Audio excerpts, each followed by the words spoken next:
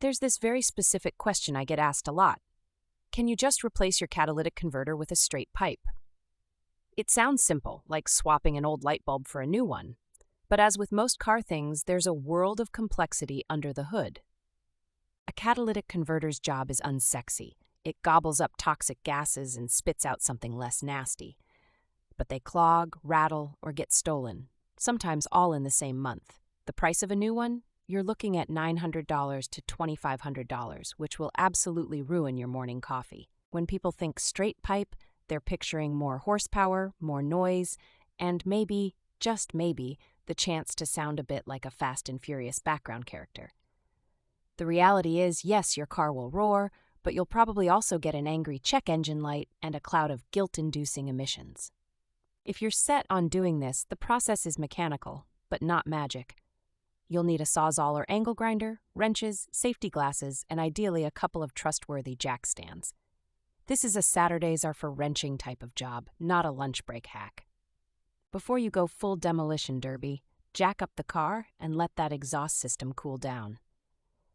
Forgotten heat is a recipe for a trip to the ER, which is exactly where you don't want to be, instead of cruising through the city. A burnt hand will ruin any racing fantasy. Next step, find the catalytic converter. It looks like a stout metal can in your exhaust system. Mark the spots where you'll cut.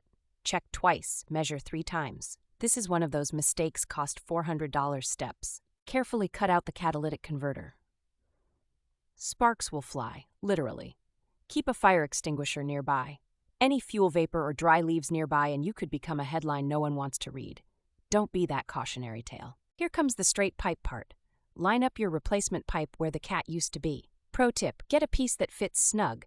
Bad fit means leaks, which means you're in for a symphony of strange noises and exhaust fumes in places exhaust shouldn't be. Bolt or weld everything securely. Make sure all connections are tight. Exhaust leaks are one of those things that can make your whole car smell like a lawnmower accident. Besides, leak checking is the difference between pro and amateur hour. Turn your car on and listen. Is it glorious? Does it rattle like a Salvation Army drumline? Test for leaks with soapy water on seams. If you see bubbles, tighten again. Everyone skips this, but trust me, you'll regret it if you don't. Now, for the real talk, you're likely violating emission laws, especially in states like mine. Oregon's DEQ does not mess around. Your check engine light will most likely taunt you daily, and resale value? Pretty much a plummet. If your motivation is more power, know your actual gains. For most cars, removing the cat gets you about 2 to 5 additional horsepower. That's barely enough to feel, but enough to get your neighbors buzzing and maybe, just maybe, a little more throttle response at high revs. Bottom line, it's loud, marginally quicker, probably illegal, and definitely not grandma approved.